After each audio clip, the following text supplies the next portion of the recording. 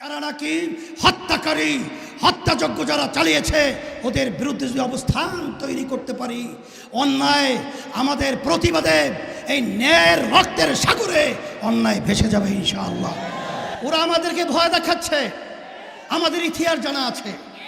ফিরাউনের ইতিহাস আমরা ভুলি নাই, সাদ্দাতের ইতিহাস আমরা ভুলি নাই, নমরুদের ইতিহাস আমরা ভুলি নাই। আজকে আমাদের ভাইদেরকে, আমাদের মা বোনদেরকে এরকম ভাবে ঠান্ডা মাথায় পাখির মতো গুলি করে হত্যা করবে, আর আমরা ঘরের মালিকরা বসে বসে দেখবো। কখনো হতে পারে না, কেড়ে শব্দ করে ওদেরকে তাড়াতে হবে। আজকে যুবকরা একত্রিত হয়েছে, আজকে ছাত্ররা একত্রিত হয়েছে, আজকে অন্যায় প্রতিরোধকারীরা আজকে রাজপথে নেমেছে। আজকে যদি আমরা একটা শব্দ আওয়াজ করতে পারি, নারায়ে তাকবীর ধ্বনিতে অন্যায় দূরীভূত হয়ে বাংলাদেশ আগে নিশ্চিত হবে ইনশাআল্লাহ। আমি সকলকে তার আহ্বান জানাবো। আজকে বাংলার সাধারণ মানুষদেরকে ছাত্রদের বুকের উপরে কিভাবে গুলি চালাচ্ছে, কয়দিন চালাবে, কত লাশ সরকারের দরকার।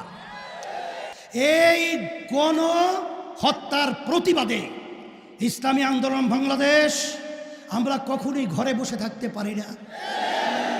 আমার ভাইদের আজকে যে রক্ত ঝরিয়েছে, জান ঝরিয়েছে, এই অবস্থায় কখনো ইসলামী আন্দোলন বাংলাদেশ, কোন বাংলাদেশের সচেতন নাগরিক, কোন হৃদয়বান মানুষ তারা ঘরে থাকতে পারে না।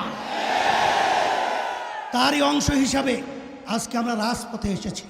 আলহামদুলিল্লাহি ওয়া কাফা ওয়া সালামুন আলা ইবাদিহিল্লাযীনা ইসতাফা, আম্মা বা'দ।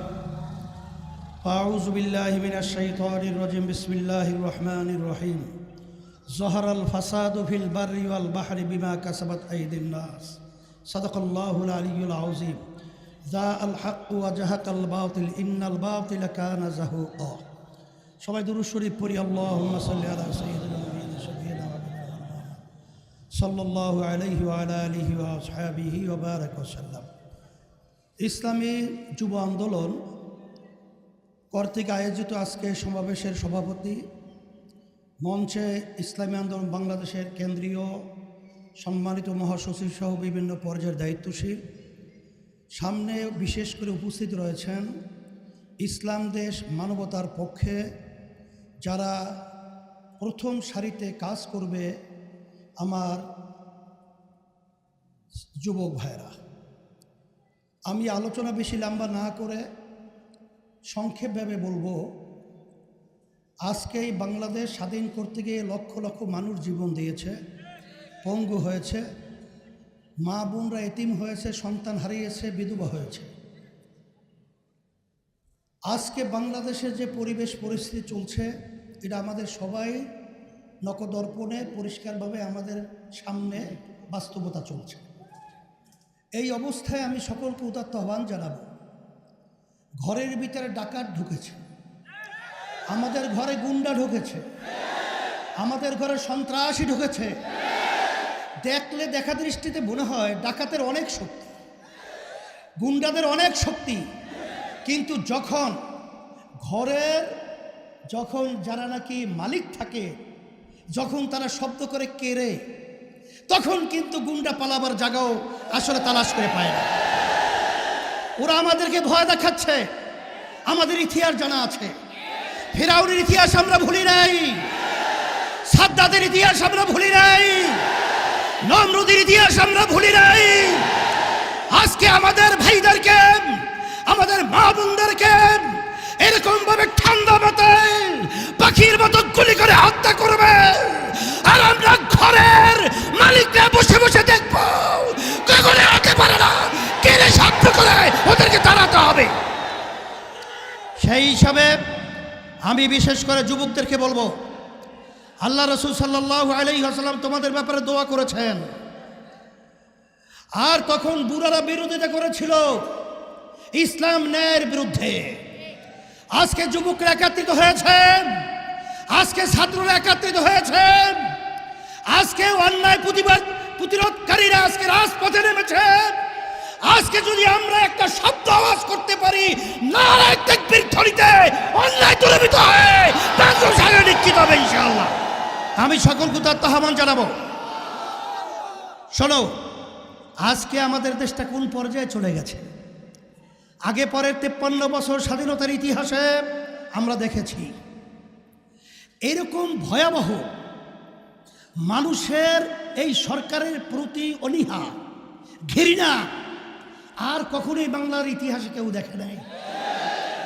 আজকে বর্তমানে তোমরা তাকিয়ে দেখো, বাংলাদেশ তামাম বিশ্বের মানুষ দেখেন যে আজকে বাংলাদেশের বর্তমানে যে সরকার স্বঘোষিত এবং আওয়ামী লীগ লালিত যে সরকার আজকে ক্ষমতায় বসে আছে, আজকে কিভাবে জুলুম, নির্যাতন, হত্যাযজ্ঞ আজকে বাংলার সাধারণ মানুষদেরকে, ছাত্রদের বুকের উপরে কিভাবে গুলি চালাচ্ছে। কয়দিন চালাবে? কত লাশ সরকারের দরকার? আজকে শত শত মানুষ 100-র মতো প্রায় আমাদের কাছে সংবাদ, এই কয়েকদিনই ব্যবধানে তারা আজকে দুনিয়াতে নেই। তাদের আজকে গুলি করে তাদেরকে আজকে ধ্বংস করা হয়েছে, হত্যা করা হয়েছে। এই গণ হত্যার প্রতিবাদে ইসলামী আন্দোলন বাংলাদেশ আমরা কখনোই ঘরে বসে থাকতে পারি না। আমার ভাইদের আজকে যে রক্ত ঝরিয়েছে, জান ঝরিয়েছে, এই অবস্থায় কখনো ইসলামী আন্দোলন বাংলাদেশ, কোন বাংলাদেশের সচেতন নাগরিক, কোন হৃদয়বান মানুষ তারা ঘরে থাকতে পারে না। তারই অংশ হিসাবে আজকে আমরা রাজপথে এসেছি।